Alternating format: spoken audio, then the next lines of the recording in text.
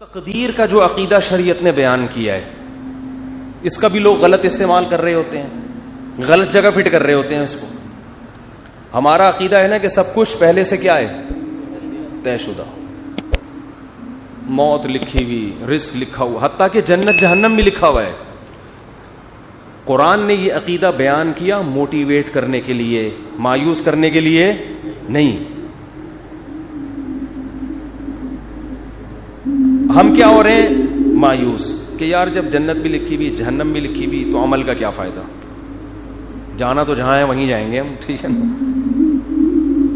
جب صحت اور موت لکھی ہوئی ہے تو صحت بنانے کا, جب ہر ایک کی عمر لکھی ہوئی ہے تو صبح جاگنگ کی ٹینشن لینے کا. بے بول لو کیا ہو گیا بھائی, جب لکھا ہوا ہے کہ یہ بندہ 50 سال میں مرے گا, تھوڑا بڑھا لیتے ہیں احتیاطاً, 80 سال میں مرے گا, ایک مثال دے رہا ہوں, ہم کیوں جلدی ماریں اس کو 30 سال پہلے.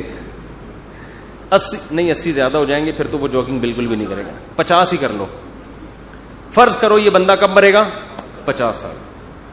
تو جاگنگ کا کوئی فائدہ ہے صبح صبح اٹھنے کا, کولیسٹرول لیول چیک کرنے کا, شوگر, لڈو, احتیاط, موٹاپا کم کرو, سب ٹوپی ڈرامہ ہے بھائی. موت تو کیا ہے, لکھی ہوئی ہے, لکھا ہوا ہے.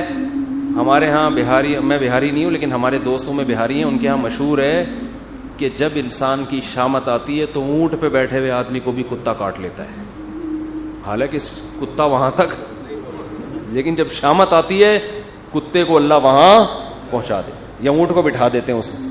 ویسے شرافت سے اونٹ چلتا چلا جا رہا ہے, کتے کو دیکھ کے بیٹھ جاتا ہے زمین. بات بالکل صحیح ہے, جب شامت آتی ہے تو ایسا ہوتا ہے. یہ تقدیر کا عقیدہ ہے کہ جو ہے وہ ہوگا, لیکن مسلمان اس تقدیر کا غلط استعمال کر رہے ہیں.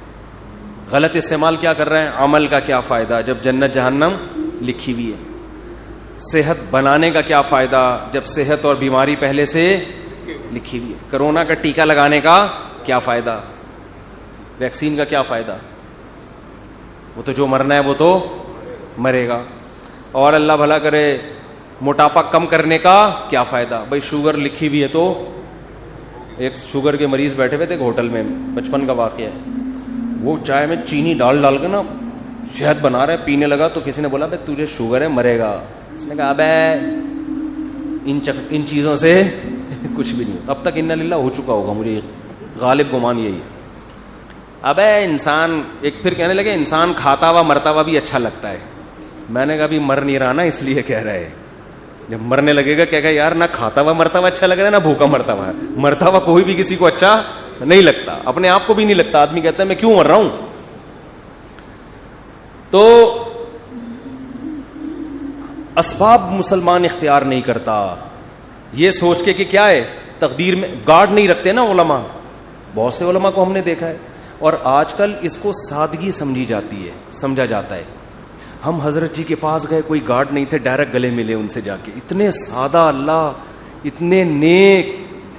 بھائی اللہ بچائے, میں کسی بزرگ کو بے وقوف نہیں کہہ رہا, لیکن عمل سے تو یہی لگ رہا ہے اگر آپ مشہور ہیں اور خطرہ ہے اور آپ کے گارڈ نہیں ہے تو کیا ہے, بولو حماقت ہے نا یہ. کیا کراچی میں تو ایک جو جس کے نہیں بھی خطرہ ہوتا وہ بھی مر جاتا ہے. کسی بھی وقت کراچی میں کوئی کسی کی جیب میں کسی بھی ٹائم پہ بم رکھ سکتا ہے کہ نہیں رکھ سکتا. یہ آپ کو پتا ہے اتنے ہیروئنچی کہاں گئے, کراچی میں ہیروئنچی ایک دم غائب. مجھے نہیں پتا کہاں گئے, لیکن اڑتی سنی ہے واللہ ہی جانے. کہتے ہیں کہ جب شروع میں ٹارگٹ کلنگ ہو رہی تھی, بم دھماکے, تو بہت سے ہیروئنچیوں کو, واللہ عالم صحیح خبر ہے جھوٹی ہے مجھے یقین پتا نہیں ہے لیکن سنی ہے, لیکن ایک دم سے جو ہیروئنچی شارٹ ہو گئے, توبہ تو نہیں کر سکتے اتنی جلدی کہ سارے دھل دھلا کے نیک ہو گئے ہوں, لیکن شارٹ ہو ایک دم سے ہو گئے. تو بعض خبریں اس طرح کی بھی ہیں کہ بم رکھ کے ان کو جہاں پھٹوانا تھا, کہ کسی نے پیسے کھلائے بے تو یہ پڑیا لے وہاں چلا جا, وہ وہاں گیا ڈریم بندہ ہی اڑا دیا. واللہ ہو سکتا ہے جھوٹی خبر ہو. تو ان حالات میں مسجدوں میں سیکیورٹی کا انتظام بولو نہیں, اس کو اچھا سمجھا جاتا ہے آپ کے گارڈ نہیں ہے, سادگی ہے, اور ماشاءاللہ بہت نیک ہیں, کوئی بھی کسی بھی وقت گلے حضرت جی سے مل سکتا. بہت سے حضرت جی ایسے دنیا میں آئے ہیں جن سے جب کوئی گلے ملائے اس کے بعد دوبارہ وہ کسی سے گلے ملنے کے قابل نہیں رہے. اخبار میں آئے وہ اگلے دن. بہت سے کیسز ہیں, جو ملا وہ بھی گیا. افغانستان میں تو بہت سے امریکیوں سے بہت سے طالبان گلے مل کے انہوں نے کباڑا کیا ہے. بہت سے رپورٹیں آتی ہیں اس طرح کی نا, وہاں سے خبریں آتی ہیں کہ وہ گلے ملے اور وہ جنت میں بھی اب کیا کر رہے ہیں, جنت میں یا برزخ میں بغلگیری ہو رہے ہیں. وہ چھوڑ ہی نہیں رہا اس کو, کہہ رہے اب تو کہاں لے کر آ گیا مجھے. تو جب ایسے حالات ہوں تو ایسے موقع پہ سیکیورٹی کا انتظام نہ کرنا اور یہ کہنا موت تو لکھی ہوئی ہے, جب آنی ہوگی آ جائے گی, یہ تقدیر کے عقیدے کا صحیح استعمال ہے یا غلط استعمال؟ اس کا مطلب علم ہے, کھوپڑی علم ہے, تقدیر کا علم. آیتیں بھی یاد ہوں گی اس کو, جو لکھا ہوا ہے حدیث میں آتا ہے, رسول اللہ صلی اللہ علیہ وسلم نے عبداللہ بن عباس سے فرمایا وَعَلَمْ أَنَّمَا أَصَابَكَ لَمْ يَكُنْ لِيُخْطِئَكَ, اے نوجوان, اے غلام, لڑکے, یقین کر لے جو مصیبت تیرے مقدر میں لکھی ہے ایسا ہو ہی نہیں سکتا کہ وہ تجھے نہ پہنچے, اور جو چیز تجھے نہیں ملنے والی, جو نعمت, یہ ہو ہی نہیں سکتا کہ وہ نعمت تجھے مل جائے. رفعت الاقلام وجفت الصحف, تقدیر کے قلم سے اللہ نے جو لکھنا تھا لکھ کے قلم کو ہٹا دیا اور اس کی سیاہی بھی خشک ہو چکی ہے, اب اس میں چینجنگ نہیں ہو سکتی, سب کچھ طے ہو چکا ہے. لیکن اس کے باوجود نبی کی زندگی دیکھو, احتیاط. قرآن کہہ رہا ہے نماز کی حالت میں اسلحہ اٹھا کے نماز پڑھو میدان جنگ میں, اسلحہ رکھنے کی تمہیں زمین پہ اجازت نہیں ہے.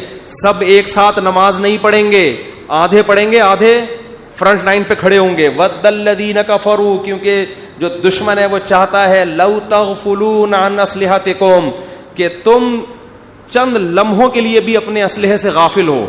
اور غافل ہو کے کیا کر رہے ہیں؟ نماز.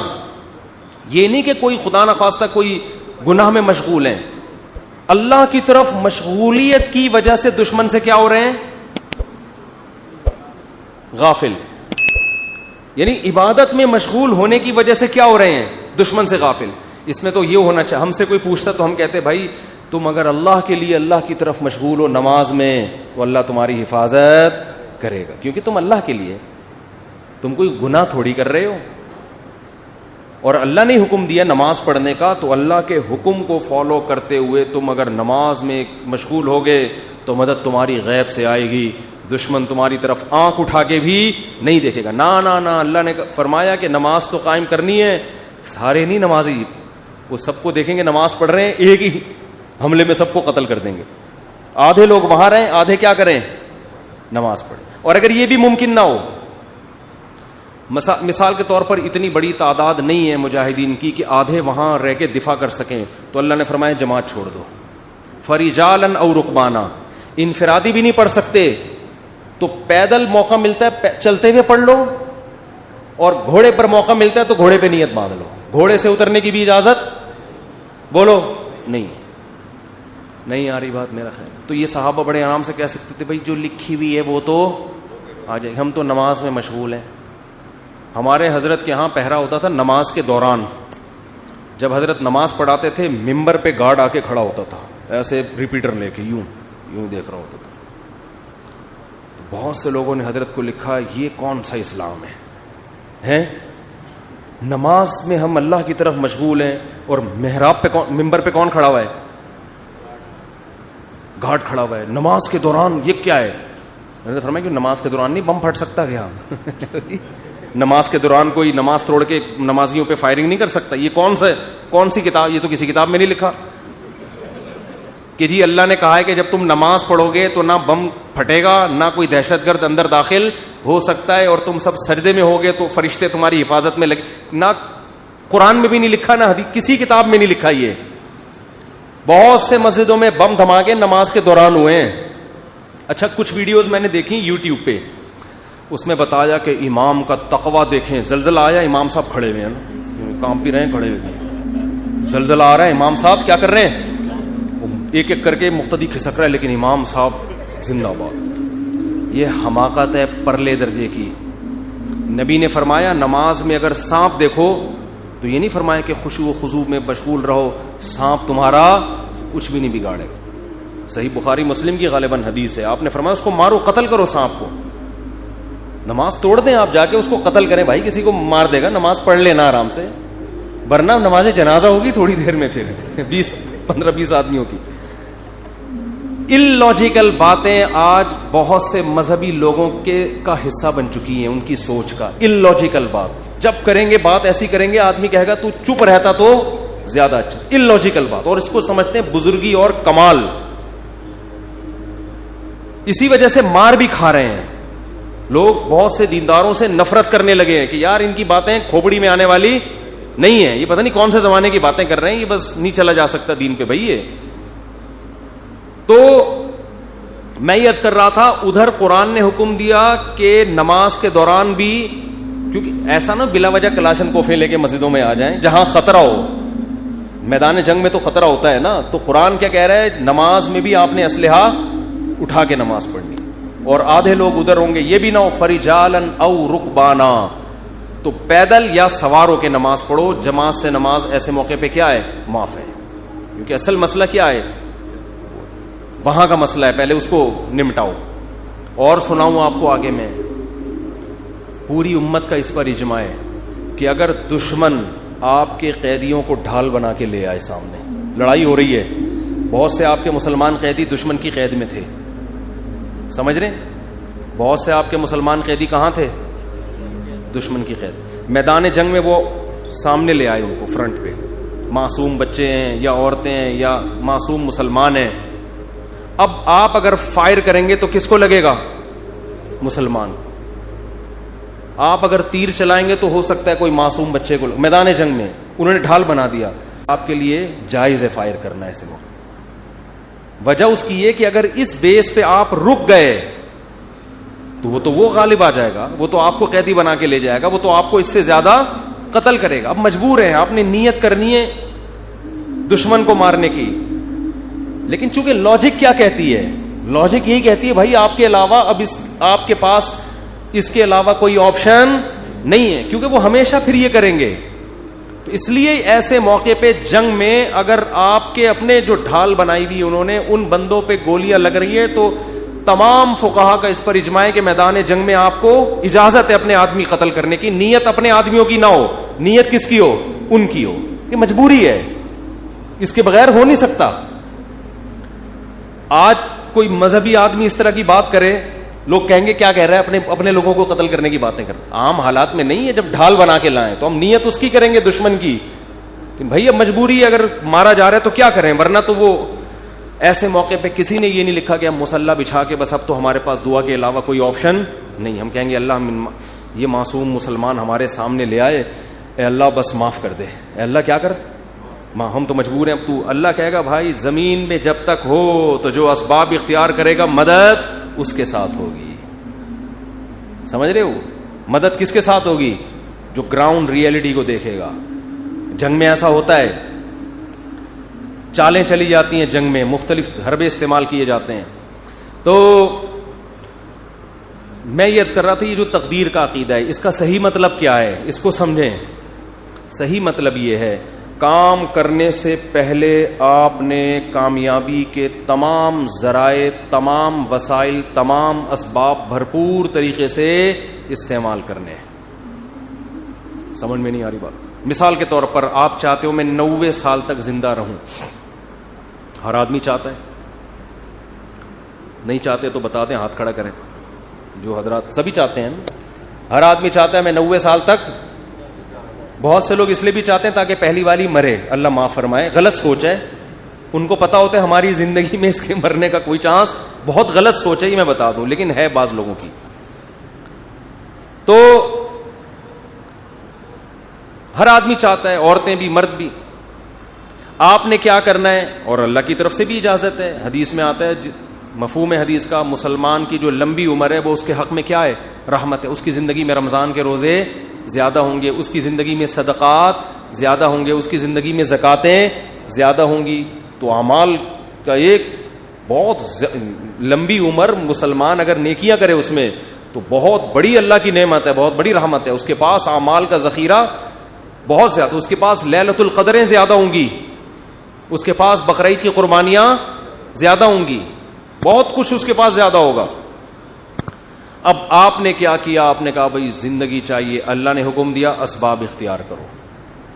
سمجھتے ہو, جو بھی اسباب, اور ہر چیز کے ماہرین سے پوچھا جاتا ہے کہ اس کا سبب کیا ہے. آپ چاہتے ہو, آپ کے پاس W11 ہے, مزدہ ہے, آپ چاہتے ہو کہ یہ لانگ لائف ہو اس کی, تو آپ مفتیوں سے پوچھو گے. آپ کس سے پوچھو گے؟ میکینکس, جو مزدہ کے میکینک ہوتے ہیں. آپ کے پاس 1 to 5 ہے, آپ 1 to 5 کے جو میکینک ہیں ان سے پوچھو گے یار میں چاہتا ہوں جو میری بائک آج جیسی چمک رہی ہے اور جیسی انجن کی پاور آج ہے 20 سال کے بعد بھی یہ ایسی رہی, تو آپ کو بتائے گا بھائی آئل جلدی چینج کر لیا کرو, مینٹیننس کا خیال کرو, یہ کرو وغیرہ وغیرہ وغیرہ.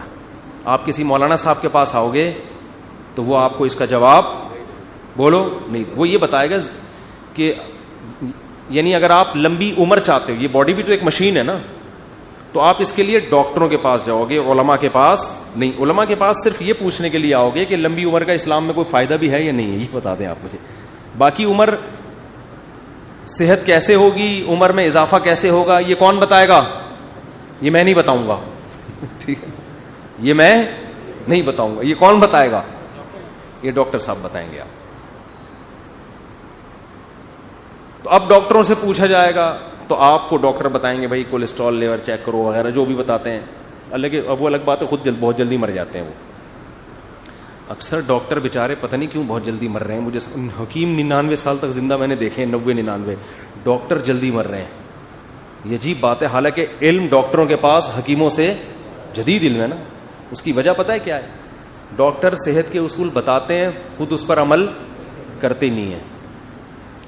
سگریٹ کے آپ ان سے تقریر کروا لو, سگریٹ کے اتنے نقصان, خود 6 ڈبے ایک دن میں خالی کر رہے ہوں گے. تو باتیں کرنے سے صحت نہیں بنتی ہے. حکیموں کو ہم نے دیکھا ہے جو بیسک صحت کے اصول ہیں نا ان کو فالو کر رہے ہوتے ہیں. رات کو جلدی سونا, صبح جلدی اٹھنا, صبح لمبی واک کرنا, تھوڑا کھانا, یہ بیسک اصولوں پر 90-95 سال کے ہم نے بہت دیکھے.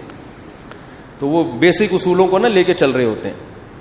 خیر, تو آپ کو پتا چل گیا بھائی صحت کا یہ اصول ہے, تو آپ نے جاگنگ شروع کر دی, جم جانا شروع کر دیا, یہ بھی ہو گیا وہ بھی ہو گیا. اونٹ پہ ایک دن بیٹھے پاگل کتے نے کاٹ لیا آپ کو اور آپ کیا ہو گئے؟ مر گئے, ہسپتال میں پڑے ہیں. یہاں تقدیر کام آئے گی. اب آپ نے غم نہیں کرنا یار میں نے تو اتنا کچھ کیا, میں نے یہ, میں یوں. تو ایسے موقع پہ, یہ اس موقع کی حدیث ہے, وَعْلَمْ أَنَّمَا أَصَابَكَ لَمْ يَكُنْ لِيُخْطِئَكَ. نبی حضرت عبداللہ بن عباس سے فرما رہے ہیں کہ یقین کر لے جو مصیبت تجھے پہنچی ایسا ہو ہی نہیں سکتا تھا کہ وہ نہ پہنچے. بس اللہ نے مقدر یہی کیا ہوا تھا. تم نے اپنے اسباب اختیار کر لیے, تمہیں ثواب مل گیا, لیکن اللہ نہیں چاہتا تھا. بات آ رہی ہے سمجھ میں؟ تو ہو جاتا ہے ایسے موقع پہ ہے, پہلے نہیں ہے, کام کے بعد ہے. بشرطے کہ آپ نے کام پورا کیا ہو.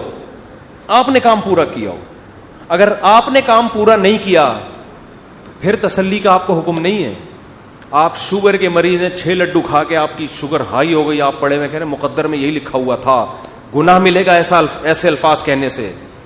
اللہ کہے گا یہ لکھا ہوا تھا مگر تیری حماقت کے ساتھ لکھا ہوا تھا. اللہ کو پتا تھا یہ اس کو شوگر ہے پھر بھی یہ حماقت کرے گا, تو اللہ کو پہلے سے پتا ہوتا ہے نا کون بے وقوف ہے, کون عقل مند ہے, کون حماقت. اللہ نے اس لکھ دیا تھا کہ یہ کمبخت گناہ کرے گا, ورنہ تجھے کس نے بتایا تھا کہ یہ لکھا ہوا ہے؟ سمجھ میں نہیں آ رہی بات؟ تو تقدیر کا عقیدہ, آپ نے تمام اسباب اختیار کر لیے, رزلٹ 0 ہے. تو ایسے موقع پہ غیر مسلم ڈپریشن میں جاتا ہے کہ یار میں کامیابی کے سارے اسباب اختیار کر رہا ہوں مگر نتیجہ کیا ہو رہا ہے؟ 0. یہ جو موٹیویشنل اسپیکر آپ کو کامیاب لوگوں کی 7 گٹس بتا رہے ہوتے ہیں نا, 7 علامتیں, یہ ان کی بتا رہے ہوتے ہیں جو ہو چکے ہیں کامیاب. ورنہ بعض میں 14 علامتیں پائی جاتی ہیں 7 کے بجائے, وہ پھر بھی کامیاب, بولو, پھر بھی نہیں ہوتے. یہ تو آپ کو وہ بتا رہے ہوتے ہیں 7, وہ ہے نا مشہور کتاب ہے 7 ہیبٹس, کچھ اس طرح کا نام ہے اس کا, 7 عادتیں کامیاب لوگوں کی. اس میں وہ بڑی خاندانی عادتیں, تو اس میں پھر وہ فلانا جو تھا وہ یوں ہوا گیا تھا, وہ اتنا ہو گیا, وہ ویسے ہو گیا. بھائی یہ کتاب اس میں بھی لکھو فلانے میں 7 کے بجائے کتنی علامتیں تھیں, یہ 7 بھی تھیں اور الگ سے گریوی میں 7 اور بھی تھیں اس کی, ٹھیک ہے. 7 تو یہ کامیاب لوگوں کی اور 7 بہت زیادہ کامیاب لوگوں کی اضافی اس میں قدرت کی طرف سے انسٹال ہوئی تھی. 14 علامتیں ٹوٹل پائی جاتی تھیں جو دریافت ہو سکتا ہے اس کے علاوہ بھی پائی جائے, لیکن وہ اونٹ پہ ایک دن بیٹھا اور پاگل کتے نے اس کو کاٹ لیا.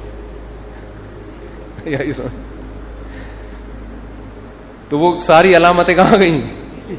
ہوتا ہے ایسے. اور میں اکثر امام شافعی کا ایک شعر پڑھتا ہوں. امام شافعی بہت بڑے شاعر تھے. ان کا ایک شعر ہے, وہ شعر کہتے ہیں کہ اذا سمعت بان مشدودا حوا عودا فاثمر في يديه فصدقي واذا سمعت بان محروما اتى ماء ليشربه فغاض فصدقي یا فحققی.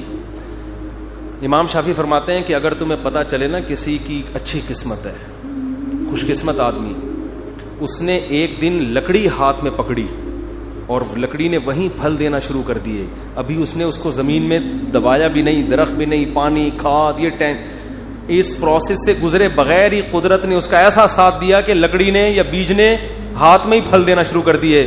فصدقی, تصدیق کر دیا کرو, خوش قسمتوں کے ساتھ ایسے واقعات ہو جاتے ہیں. مٹی میں ہاتھ ڈالیں سونا بن جاتی ہے. وہ ہوتا ہے نا, جس کاروبار میں ہاتھ ڈال رہے ہیں وہ ایک دم چلنا شروع. ایسے بہت سے لوگ ہم نے دیکھے, وہ گولے گنڈے کی ریڑھی لگائیں کروڑپتی ہو جاتے ہیں. اور جناب وہ جس کام میں ہاتھ ڈالتے ہیں برکت. اور ایسے لوگ بھی ہیں, کوئی کروڑپتی تاجر نے ان کو بلا کے صرف چائے پلا دی اپنی دکان پہ, مشورہ لے لیا چھوٹا سا, اور کاروبار ٹھپ ہونا شروع. کروڑوں کے کاروبار جب ان کے حوالے کرو تو ایک دم بیٹھ جاتا ہے وہ. بعض دفعہ ان کی اپنی حماقت ہوتی ہے, بعض دفعہ اللہ کی طرف سے بھی ہوتا ہے. تو فرماتے ہیں وَإِذَا سَمِعْتَ بِأَنَّ مَجْدُودًا حَوَا عُودًا فَأَثْمَرَ فِي يَدَيْهِ فَصَدِّقِي. خوش قسمت آدمی کے بارے میں اگر تم نے سنا کہ لکڑی ہاتھ میں پکڑی اور اس نے پھل دینا شروع کر دیا, مان لیا کرو ایسے واقعات ہو جاتے ہیں خوش قسمتوں کے ساتھ. وَإِذَا سَمِعْتَ بِأَنَّ مَحْرُومًا أَتَى. اور جب بدقسمت آدمی ہے اس کے بارے میں کبھی یہ خبر سننے کو ملی کہ اس کو صرف پانی چاہیے تھا, کوئی کروڑوں اربوں روپے بھی اس کی خواہش بیچارے کی نہیں, وہ کہہ رہے پانی مل جائے مجھے پیاس لگ رہی ہے, اور اسباب ایسے پیدا ہوئے کہ بھرا ہوا کنواں, اب تو ملے گا ہی پانی. اب وہ خوش ہو گیا کہ اب تو میری قسمت جاگ گئی بھائی, صرف ایک دو گلاس نہیں, کنواں کیا ہے بھرا ہوا اور میرے قریب ہی ہے, اب تو پانی تو ملے گا, میں تو کروڑوں بھی نہیں مانگ رہا اللہ سے. وہ پانی پینے کے لیے آیا, کنویں نے اس کو دیکھ کے, پانی نے جب اس کو دیکھا اس کو دیکھ کے نیچے ہو گیا کہ تجھے نہیں بھی, سب کو ملے گا تجھے نہیں ملے گا. یعنی پانی نے جب اس کو دیکھا نا یہ آیا ہے, پانی نے کہا میں نیچے جا رہا ہوں میں. اس کو دیکھ کے, یہ شاعری میں تو تھوڑا مبالغہ ہوتا ہے بات سمجھانے کے لیے, اس کو بھی لوگ پڑھ کے بیٹھ جائیں گے یار امام شافعی اتنے بڑے محدث, یہ کیسی بات ہے بھائی, یہ سمجھانے کے لیے ہے نا, یہ سمجھانے کے لیے. تو کہتے ہیں وہ دیکھ کے نیچے چلا جائے تو کیا کرنا ہے, حقیقی اس کو بھی صحیح قرار دے دیا کرو. یار ہوتا ہے بعض دفعہ اونٹ پہ بیٹھے ہوئے آدمی کو کتے کاٹنے کا مطلب یہی ہے. تو لیکن یہ کب سوچنا ہے, کام ہونے کے بعد. جیسے غزوہ احد میں مشورے ہوئے, سب کچھ ہوا, شکست ہو گئی, تو اللہ نے کیا فرمایا, غم کرنے کی اجازت نہیں. تلک الایام نداولها بین الناس. یہ ایام ہم الٹ پلٹ کرتے ہیں, کبھی ان کو فتح, کبھی تمہیں فتح, کبھی ان کو شکست, کبھی تمہیں شکست. بس یہ تو اللہ کے, اگر ہمارے ہی اس کاموں سے سب کچھ ہونے لگے تو ہم میں اور اللہ میں کوئی فرق رہے گا پھر؟ ابے کیا ہو گیا بھائی, کیوں سمجھ میں نہیں آ رہا, تو یوں ہی تھوڑا سا کیا کرو نا. اگر ہمارے ہی کرنے سے سب کچھ ہو رہا ہو تو پھر ہم میں اور اللہ میں کوئی فرق ہے؟ پھر تو ہم تو اللہ بن گئے نا, جو کر رہے ہیں وہ ہو رہا ہے. ایسا نہیں ہے, بعض دفعہ ہم کچھ کریں گے ہو جائے گا, بعض دفعہ پورا زور لگا دیں گے کچھ بھی نہیں ہوگا. مائیکل جیکسن نے صحت اور زندگی پر جتنا زور لگایا تھا نا زندہ رہنے کی, اس نے ایسی کوشش کی ہے کہ میں اور آپ خواب میں بھی اس کوشش کا تصور نہیں کر سکتے. دیکھو ہمیں نہیں پتا ہمارے گردے صحیح کام کر رہے ہیں کہ نہیں کر رہے, ہمیں نہیں پتا ہم نے تو لنگس ونگس کا کوئی ٹیسٹ کرایا نہیں, چل رہے ہیں توکل پہ, یار سانس آ رہا ہے, صحیح ہوں گے انشاءاللہ اللہ نے چاہا. ہم تو اس امید پہ جی رہے ہیں, اور اللہ نہ کرے گردے خراب ہو گئے, ہمارے پاس تو اسپیئر میں کوئی گردہ این موقع پہ ہوگا پہلے فلاں کا گردہ پکڑ, فلاں کا گردہ پکڑ, وہ بھی ریلیشن لوگوں کو پتہ نہیں ملتا بھی ہے کہ نہیں ملتا, یہ ٹینشن ہوگی کہ نہیں, ملے لگ گیا ٹھیک ہے, نہیں لگا انا للہ و انا الیہ. مائیکل جیکسن نے کہا یہ رسک میں نہیں لے سکتا.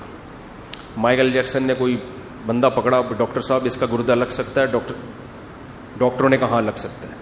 اس نے کہا تیرا گردہ میں نے اتنے کروڑوں میں خرید لیا, ابھی اپنے اندر ہی لگا رہنے دے, اگر بالفرض فیوچر میں مجھے کڈنی کی ضرورت پڑی تو تیرا جو رائٹ والا کڈنی ہے وہ تیرا نہیں ہے, وہ کس کا ہے, میرا, اور اس کے ایڈوانس پیسے پکڑا.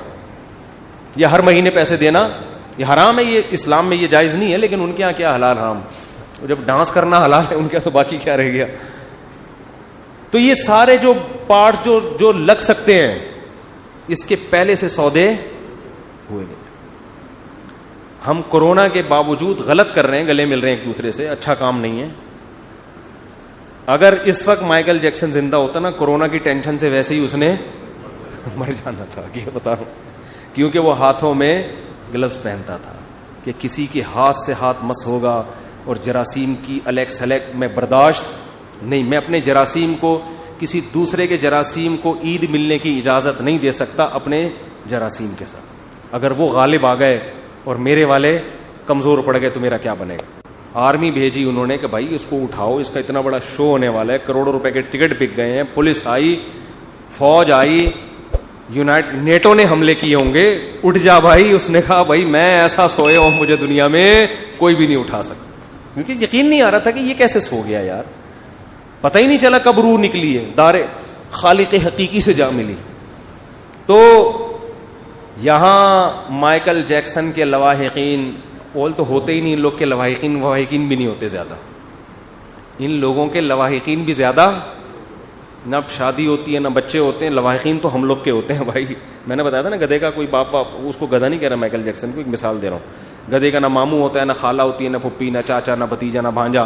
تو اگر آپ نکاح کے بغیر زندگی گزارتے ہو, گدھا نکاح کے بغیر زندگی گزارتا ہے نا, تو نہ اس کا خالہ ہے, نہ بھتیجا ہے, نہ ماموں, نہ چاچا. جو نکاح کے بغیر زندگی گزارتے ہیں ان کا بھی نہ باپ ہوتا ہے, نہ خالہ, نہ چاچو, نہ ماما. مائیکل جیکسن کا تھا, لیکن میں ایک مثال, وہ بہت سمٹ کے بہت تھوڑے سے رہ گئے, ایک عدد ابا اور شاید ایک آدھ کوئی وہ ہیں, بیوی تھی, بچی بھی ایک, چلو بہت بزرگ تھے ان کے.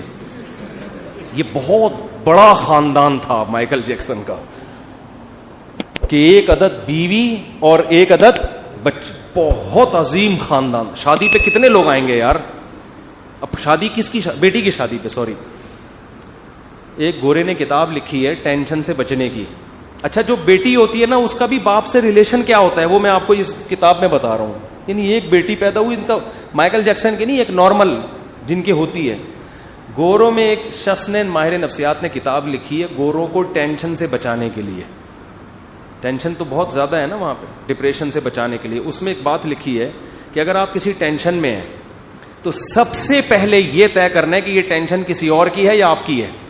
بعض دفعہ آپ کسی اور کی ٹینشن میں خود لے رہے ہو. پھر اس نے مثال دی جیسے بیٹی کی شادی, اس نے کہا یہ بیٹی کی ٹینشن ہے, آپ کی یار تو کیا کہہ رہے ہیں یار. اس نے کہا یہ آپ کی ٹینشن نہیں ہے, یہ کس کی ٹینشن ہے. تو آپ تو اس کو لطیفہ اس لیے سمجھ رہے ہو کہ ہمارے ہاں باپ بیٹی کا ریلیشن بہت مضبوط. بیٹی کو اتنی ٹینشن نہیں ہوتی جتنی باپ کو ہوتی ہے, کیونکہ بچیاں تو نہ سمجھ ہوتی ہیں, ان کو نہیں پتا ہم فیوچر کو تباہ کر رہے ہیں. باپ کو زیادہ ہوتی ہے. تو بھائی آپ خدا کے لیے ایسی کوئی کتاب نہ لکھیں. آپ جب ماہر نفسیات ہوں تو لکھیں کہ اگر آپ کی بیٹی کی ٹینشن ہے تو وہ آپ کی ٹینشن ہے, اس کو حل کس نے کرنا ہے, کیونکہ آپ اس کے باپ ہو. صرف بلڈ ریلیشن نہیں ہے, ایک روحانی ریلیشن بھی ہے باپ بیٹی میں. خیر کہاں سے بات چلی تھی, کدھر کو نکل گئی, میں کیا بتا رہا تھا یار بیان. تو میں یہ عرض کر رہا تھا کہ تقدیر والی آیتیں بھی جہاں فٹ کرنی چاہیے وہاں نہیں ہو رہی, بلکہ مایوسی پیدا کرنا, عمل میں ڈھیلے ہونا, دکان پہ بیٹھا ہوا مکھیاں مار رہا ہے, ابے جو مقدر کی روزی, جو میں نے دیکھا ہے نا لوگوں کے ڈائلاگ, ابے جو مقدر میں لکھا ہوا ہے وہ تو آئے گا. اب کیا بیٹھ کے باتیں بولیاں لگا رہے ہیں اور پبلسٹی کر رہے ہیں اور اس کو اتنا. اب ایک تاجر سے میں ملا, ماشاءاللہ ان کی اچھی آمدن, میں نے کہا یار آپ کا نہ میں نے کہیں ایڈورٹائز دیکھا ہے آپ کی کمپنی کا, نہ کو آپ تو ٹھیک ہے اللہ نے آپ کو دیا ہے تو ذرا پبلسٹی کرو اس کی, تھوڑا کام بڑھاؤ. اس نے کہا یار روزی تو کس سے آتی ہے, مقدر سے, بس اللہ بہت دے رہا ہے, مجھے کیا ضرورت ہے. میں نے کہا پہلی بات آپ کو ضرورت نہیں ہے, قوم کو ضرورت ہے. نیک لوگوں کے پاس پیسہ ہوگا تو فائدہ قوم کو ہوگا. پیسہ تو گھومتا ہے نا, آپ نہیں ہو تو یہ دوسرے کی جیبوں میں جائے گا. دوسرا چور بھی ہو سکتا ہے, ڈاکو بھی ہو سکتا ہے, آپ نیک آدمی ہو, آپ کے بچوں کو فائدہ اس سے. ایک آدمی کے لیے تو 1 لاکھ بھی ضروری نہیں ہے, یہ تو سارا ہوتا بیوی بچوں کے لیے, قوم کے لیے, ملک کے لیے, مسلمانوں کے, ان کے لیے ہوتا ہے. ورنہ ایک کے لیے کیا ضرورت ہے, اپنے گولے گنڈا لگاؤ, شام کو 2 روٹی کھاؤ, بس ختم. مسلمان کو جو پیسہ کمانے کا حکم ہے آپ کی اپنی پیٹ بھرنے کے لیے نہیں ہے. مسلمان کے طاقتور ہونے سے اسلام پاورفل ہوگا, اور مسلمان کے کمزور ہونے سے اسلام کمزور ہوگا. تو وہی ہے کہ سوچتے نہیں ہیں, کھوپڑی استعمال نہیں کر رہے. خیر, تو تقدیر کا عقیدہ آپ نے تمام اسباب و وسائل اختیار کر لیے, پھر بھی اگر رزلٹ 0 ہے یا نقصان ہوتا ہے کوئی بات نہیں. ہوا مولانا, وہ کیا ہے, قل لن یصیبنا الا ما کتب اللہ لنا. دیکھو کیا زبردست آیت ہے. صحابہ کو جب غزوہ احد میں شکست ہوئی ہے نا تو منافقین مذاق اڑانے لگے, دیکھا ہمارے مشوروں پر عمل نہیں ہوا, غلط مشورے ہوئے تھے, یہ ہوا تھا, ہو گئی نا شکست. تو صحابہ کو اللہ نے حکم دیا ان کو یہ کہو لن یصیبنا الا ما کتب اللہ لنا. ہمارے جو ساتھی شہید ہو گئے, ہمیں جو شکست ہو گئی, ہمیں جو زخم پہنچے, ہمیں وہی مصیبت پہنچی ہے جو ہمارے رب نے لکھی تھی. تو رب غلط چیز بولو نہیں لکھتا, تو رب نے لکھی تھی, اور ہمارے جب ہم اس کے حکم پر عمل کر رہے ہیں تو اچھا ہی لکھا ہوگا ہمارے لیے. ہوا مولانا, وہ ہمارا دوست ہے, وہ ہمارا دشمن نہیں ہے. دیکھو مصیبتیں سب کو آئیں گی, اللہ کو ماننے والوں کو بھی, اللہ کو نہ ماننے والوں کو بھی, دونوں کو آتی ہیں. ماننے والوں کے حق میں یہ مصیبت رحمت ہے, کیونکہ نبی نے فرمایا انا عند ظن عبدی بی. اللہ کہتے ہیں کہ جو بندہ میرے بارے میں جیسا گمان کرتا ہے میرا معاملہ اس کے ساتھ ویسا ہی. کافر یہ سمجھتا ہے کہ خدا نے جو مصیبت پہنچائی ہے وہ ٹینشن ہے. مسلمان کہتا ہے اللہ ہمارا دوست ہے, ہوا مولانا, وہ ہمارا دوست ہے, وہ ہمیں اگر کوئی مصیبت پہنچا رہا ہے تو ہماری خیر خواہی میں, ہماری برائی میں نہیں. تو یہ مصیبت آپ کے لیے کیا بنے گی, رحمت بنے گی, یہ نعمت بنے گی اللہ کی طرف سے مصیبت, اس میں بھی خوشی ہوگی. تو اب صحابہ منافقین پریشان تو نہیں, یعنی وہ تو خوشیاں منا رہے تھے کہ بھائی اس میں کیا رحمت ہو سکتی ہے, یہ جو اتنے لوگ شہید ہو گئے, اتنے زخمی ہو گئے اور شکست ہو گئی, کافر خوش ہو کے چلا گیا, اور یہ کہہ رہے ہیں کہ اللہ ہمارا دوست ہے, جو بھی مصیبت دے گا وہ ہمارے فائدے کے لیے, تو اس میں کیا فائدہ ہے. تو اللہ نے 3 فائدے قرآن میں گنائے. وَيَتَّخِذَ مِنْكُمْ شُهَدَاءَ, فرمایا سب سے پہلا فائدہ اللہ نے بہت سے لوگوں کو شہادت کے مرتبے پر پہنچا دیا. مرنا تو اب بھی تو سبھی دنیا سے چلے گئے نا, کوئی زندہ ہے ان میں سے؟ بھائی جو نہیں شہید ہوئے وہ بھی چلے گئے, جو منافق تھے, جو باتیں کر رہے تھے وہ بھی قتل ہو گئے یا مر گئے. لیکن نام کس کا لیا جاتا ہے, غزوہ احد کے شہداء کا. حضرت حمزہ رضی اللہ تعالیٰ عنہ کی قبر مبارک پانی کے کنارے پر تھی. عمر بن عبدالعزیز کے دور میں کسی کو خواب آیا کہ وہ, انہوں نے بتایا کہ پانی گزر رہا ہے اور میری میت کو یہاں سے نکالو. تو وہاں سے ان کی جب میت کو نکالا گیا تو بالکل تازہ خون بہ رہا تھا. شہداء کا خون تو میں نے خود سونگا ہے, اور کچھ شہداء کے خون کی خوشبو تو میں نے اپنی ناک سے سونگی ہے. 6 مہینے بعد بہت سے شہداء ہوتے ہیں ان کا جسم سلامت ہوتا ہے, یہ تو اللہ دنیا میں دکھا دیتا ہے. وہ میں نے بتایا تھا نا, ریڈ کراس والوں نے ایک وہ لگائی ہے کہ بعض لوگوں کی قبر خون سے خوشبو آتی ہے, بعض کی خون سے خوشبو نہیں آتی. یہ ریڈ کراس کی رپورٹ ہے, وہ ان کی آفیشیل ویب سائٹ پہ میں نے دیکھی تھی, وہ انہوں نے اڑا دی ہے وہاں سے. ٹھیک ہے نا, حالانکہ خود ان کی اپنی رپورٹ تھی, وہ وہاں سے انہوں نے کیا کر دی ہے, خبر ہی اڑا دی. اور ہمارے بہت سے ساتھیوں نے تو بہت سے کی سونگی ہے, جن میں مفتی عتیق الرحمان شہید رحمۃ اللہ علیہ جو درس قرآن دیتے تھے. 6 مہینے بعد ان کی قبر کھلی ہے, 6 مہینے بعد بھی جسم سے خون بہ رہا تھا. اور ان کا بیٹا میرا شاگرد ہے, اس نے مجھے بتایا کہ میں نے خود اپنی ناک سے خوشبو بھی سونگی اور باڈی بھی 6 مہینے بعد بھی سلامت. تو یہ مقام مرنے کے بعد عام لوگوں کو ملتا ہے, بولتے کیوں نہیں؟ تو اللہ کہتے ہیں غزوہ احد میں اگر فتح ہوتی تو اتنے سارے لوگوں کو شہادت کا مرتبہ نہ ملتا. تو یہ بھی ایک فضیلت ہے. ہم تو آخرت کے لحاظ سے بھی سوچنا ہے. دوسرا اللہ نے کیا فرمایا, وَلِيُمَحِّصَ اللَّهُ مَا فِي قُلُوبِكُمْ. جب مشکلات آتی ہیں تو انسان نکھرتا ہے. ممی ڈیڈی والے بچوں کو آپ کبھی بڑا کام دنیا میں کرتے ہوئے نہیں دیکھیں گے. دنیا میں آپ ممی ڈیڈی بچوں کو بڑا کام, دوسری شادی بھی نہیں کر سکتے. آہستہ سے آپس کی بات ہے, یہ ہماری آپس کی بات, اس کا بیان سے کوئی تعلق نہیں ہے. تو پہلی بھی نہیں کر سکتے, دوسری تو دور کی بات ہے. امی سے پوچھتے ہیں, امی کر لوں, مجھے بتا رہے ہوتے ہیں نا, امی کہ نہیں ابھی نہیں, تو کہہ رہے ہیں چلو پھر بعد میں سے. تو امی سے تو پوچھنا چاہیے, لیکن ایک عمر ہوتی ہے 40 سال تک سے پوچھ رہا ہے, یار تو بس کر اب, بس ہو گیا یار, 40 سال تو اب ہو گئی نا, اب امی سے پوچھے بغیر کر لو یار, اس عمر میں تھوڑی. ویسے تو اماں ابا سے پوچھنا ہی چاہیے. کہاں کرنی ہے اس میں پوچھنا چاہیے, کرنی نہیں کرنی اس میں پوچھنے کی ضرورت, تو کرنی ہے, کہاں کرنی یہ بتا دو آپ, یہ پوچھنا چاہیے. اچھا خیر, تو اللہ کہتے ہیں کہ یہ مشکلات دیکھو, دنیا میں جہاں بھی فورسز کو ٹریننگ دی جاتی ہے تو گدوں پہ نہیں دی جاتی, ایئر کنڈیشن کمروں میں اور گدوں پہ سلا کے آرمی کو ٹریننگ نہیں دی جاتی کہ جی آپ نے کیڈٹ کالج میں گئے, سوری آپ نے جو ہے نا وہ کیڈٹ بھرتی ہو گئے, اب آپ کی 1 سال کی ٹریننگ ہے, آپ فوج میں گئے, جی کہاں ٹریننگ دی جائے گی, جی وہ فلاں مولٹی فارم کا گدا ذرا ایسا ہے اس پہ چوٹ نہیں لگتی, وہاں آپ کو ہم اچھل کود سکھائیں گے. ایسا ہوتا ہے. ان کو ٹریننگ دی جاتی ہے مشکلات میں, جنگلوں میں. اور وہ جو SSG کمانڈوز ہوتے ہیں, SSG کمانڈوز سے ایک میں نے انٹرویو لیا کچھ دن پہلے, اتنی ٹف ٹریننگ, میرے ہوش اڑ گئے یار. میں نے کہا انسان ہو یار, کیا ہو تم. 30-35 آدمی رہ گئے تھے, پتہ نہیں کتنے ہزار گئے تھے اس میں ٹریننگ میں. تو بہت ٹف ٹریننگ ہوتی ہے, لیکن وہ ٹف ٹریننگ کے بعد لائف بن جاتی ہے, پھر کوئی کام ان کو ٹف لگتا نہیں. اس نے مجھے بتایا کہ SSG ٹریننگ میں اتنی ٹف ٹریننگ ہوتی ہے, جنگلوں میں چھوڑ دیتے ہیں بغیر پانی کے, بغیر خوراک کے, اور اس ٹف ٹریننگ میں بہت سے لوگ بھاگتے, جو بھاگنے چاہتا ہے اس کو بھاگنے دیتے ہیں, کہ یہ زبردستی والا کام نہیں ہے. بھاگتے بھاگتے تھوڑے سے لوگ آخر میں رہ جاتے ہیں. تو ٹف ٹریننگ کا فائدہ کیا ہوتا ہے, لائف آپ کی بن جاتی, پھر کوئی کام آپ کو ٹف لگتا نہیں, آپ چل سکتے ہو, آپ دوڑ سکتے ہو, پھر بہت اچھی زندگی گزرتی ہے, آپ ہنسی خوشی زندگی. جیسے پاکستانی جب باہر جاتا ہے تو سویڈن اور آسٹریلیا جیسے ملک میں ان کو ٹینشن نہیں ملتی تو وہ پاگل ہونے لگتے ہیں. اتنی ٹینشنیں دیکھی ہوتی ہیں, وہاں جا کے گوگل پہ ٹینشن لکھ کے تلاش کر رہے ہوتے ہیں, بھائی کہیں سے کوئی ٹینشن ملے تو ہمیں سوڑا, جتنی بجلی استعمال کر رہے ہو اتنا بل آ رہا ہے.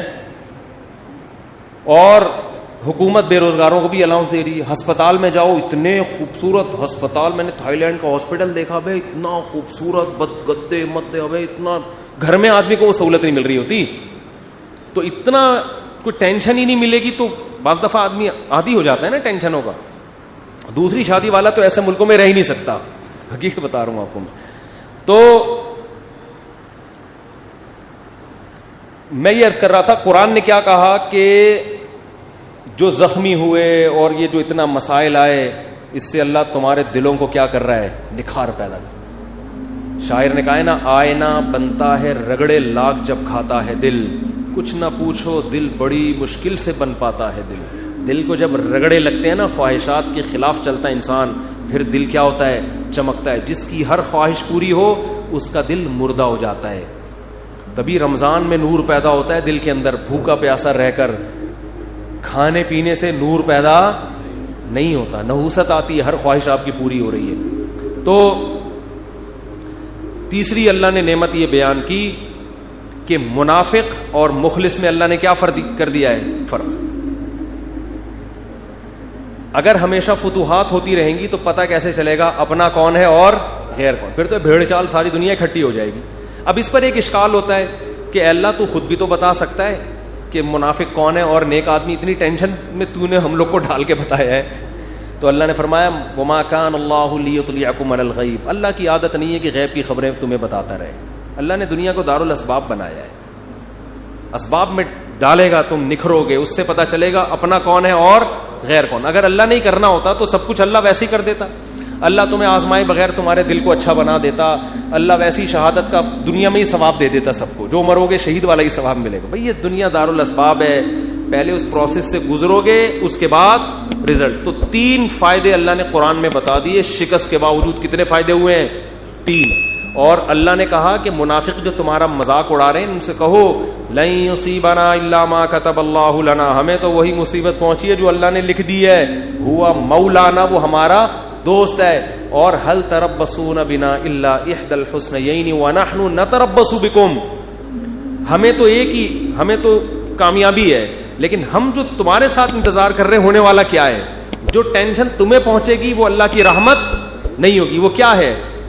ان یصیبکم اللہ بعذاب من عنده او بایدینا, ہماری تلوار سے تمہیں عذاب ملے گا یا اللہ کی طرف سے جہنم میں. یعنی یا تو اللہ ہم سے تمہیں لڑوا کے تمہیں شکست دے کے تمہیں ذلیل کرے گا, رسوا کرے گا, یا آخرت میں اللہ تمہیں رسوا. تو بات سمجھ میں آ رہی ہے تقدیر کے عقیدے کا فائدہ کیا ہو رہا ہے؟ کام سے پہلے تو اسباب اختیار کرنے, کام ہونے کے بعد ما کتب اللہ لنا, جو مقدر میں تھا وہ, اس سے بڑا سکون ملتا ہے خدا کی قسم. اور جن کا تقدیر پر ایمان نہیں ہے نا, ساری زندگی کنفیوز, ساری زندگی. بہت سے لوگ ہم نے دیکھے کاروبار میں بہت مشورے کر لیے سب کچھ, اب کاروبار شروع کیا, یار پتہ نہیں یہ والا کرنا چاہیے تھا کہ بھی نہیں کرنا چاہیے تھا. ہماری ایک ریلیٹو خاتون تھی, انہوں نے اپنے بچے کو کون سے اسکول میں پڑھانا ہے 6 مہینے لگا دیے ان کی کھوپڑی میں بات. پھر اسکول میں ایڈمیشن کروایا تو ٹینشن, وہاں والا زیادہ اچھا تھا یہاں والا. یہ کنفیوژن اس کو ہوتی ہے جس کا تقدیر پر ایمان. بھائی آپ نے اسباب اختیار کر کے ایک فیصلہ کر لیا, فتوکل علی اللہ, کیا کرنا ہے اللہ پہ توکل. شادی بیاہ میں بہت ہوتا ہے یار یہاں کرنی ہے کہ وہاں کرنی ہے کہ یہاں پھر جب ہو گئی ابے یار وہاں کر لیتا تو, مجھے بتا بھی رہے تھے. یہ انسان کی فطرت ہے. ہم جب کالج میں پڑھتے تھے نا تو ہمارے ایک دوست تھے, ان کو پینٹیں خریدنے کا بہت شوق تھا, پہننے کا بھی خریدنے کا بھی. تو ہم ایس ایم سائنس کالج سے نکلتے, یہ بولٹن مارکیٹ میں نا پوری پینٹوں کی شرٹوں کی دکانیں ہیں. ان کے بچے اب تو ماشاءاللہ بیٹھے ہوئے, بیان میں یہ بیٹھے ہوئے, ان کے ابا کی بات کر رہا ہوں. تو وہ کیا ہوتا تھا, وہ پینٹ خریدی, گھنٹہ لگا دیتا. وہ اب تو نیک بن گئے, ان کے ابا کی بات کر رہا ہوں, وہ ناراض نہ ہو جائے. وہ بیان میں ایڈیٹنگ بھی وہی کرتے ہیں, یہ والا قصہ نکالنا دیں کہیں, بیان میں ایڈیٹنگ بھی انہی کے ذمہ. گھنٹہ لگا دیتے تھے وہ ہمارے دوست صاحب پینٹ خریدنے میں, یار یہ والی نہیں, یہ والی, یہ والی نہیں, یہ والی. 1 گھنٹے کے بعد جب خریدی تو اگلی دکان میں جو پینٹ ہے وہ اس سے اچھی, یار یہ والی. تو یہ انسان کی نیچر ہے, یہ سب کے ساتھ ہوتا ہے. آپ منڈی سے جانور خریدیں, صبح سے لے کے رات تک خریدنے میں لگا دو گے آپ. سودا لے کے جیسے ہی نکلے, ابے یار یہ کتنے کا, یہ 80 کا, ابے میں نے 85 میں کیا پکڑ لیا یار. یہ ہوتا ہے. اپنی چیز کے علاوہ دنیا کی ہر چیز اسی وقت اچھی لگنا شروع. شادی کرتے ہی اپنی بیوی کے علاوہ ہر ایک کی بیوی اچھی لگنا شروع ہو جاتی ہے. یہ شادی شدہ لوگوں کے ساتھ مسئلہ ہے. جیسے ہی شادی کریں گے نا, اپنی کے علاوہ ہر ایک کی اچھی لگ رہی ہے. یہ ان لوگوں کی عادت ہے جن کا تقدیر پر ایمان بولو نہیں ہوتا. تو آپ نے ہر کام سے پہلے اسباب اختیار کریں. جب کام ہو گیا بھائی اللہ کے لیے, اللہ کے علم میں میرے لیے اس سے بہتر نہ گائے تھی نہ بیوی تھی, ٹھیک ہے, نہ بچڑا تھا نہ بیوی, نہ بکرا, نہ, اللہ کے علم میں میرے لیے اس سے بہترین بکرا کوئی بھی نہیں تھا. اگرچہ یہ صبح سے بک رہا ہے, بول رہا ہے کچھ نہ کچھ. تو اسی طرح جب خوب محنت کرو, جب ہو گئی شادی ہو گئی, اللہ کے علم میں اس سے بہتر میرے لیے کوئی بیوی ہو نہیں سکتی. اس کی خامیاں ہیں یار, خامیاں تو سب میں ہوتی ہیں. ہمارے حضرت فرمایا کرتے تھے کہ جب تک شکر کا جذبہ پیدا نہیں ہوگا, جب تک یہ عقیدہ نہ رکھیں کہ جتنی خوبصورت میری بیوی ہے, چاہے وہ جتنی ٹیڑھی میڑھی ہو, آڑی ترچھی, اللہ کے علم میں میرے لیے اس سے خوبصورت کوئی بھی نہیں تھی. وہ ہوں گی بہت ساری, وہ میرے لیے اللہ نے پیدا ہی نہیں کی. میرے لیے جتنی عورتیں تھیں نا, ان میں سب سے خوبصورت یہ تھی. جب تک یہ جذبہ نہیں ہوگا آپ کو سکون. اور عورت بھی یہ سوچے بھائی جتنے میرا میاں کتنا ہی آڑا, ڈینٹنگ پینٹنگ کا بہت کام ہے اس میں, ٹھیک ہے نا,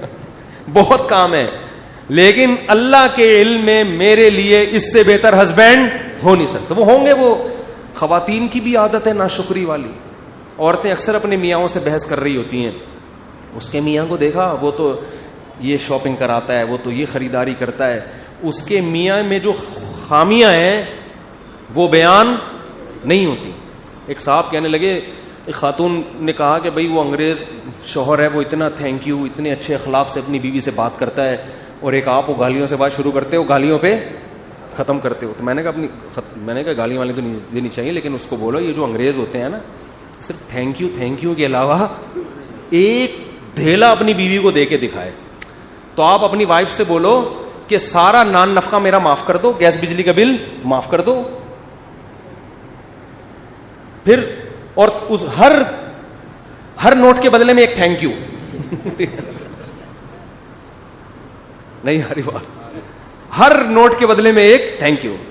تو تھینک یو کی گردان پوری بیٹھ کے سنا دے گا. زندگی میں کبھی اس کی پیشانی میں بل نہیں آئے گا.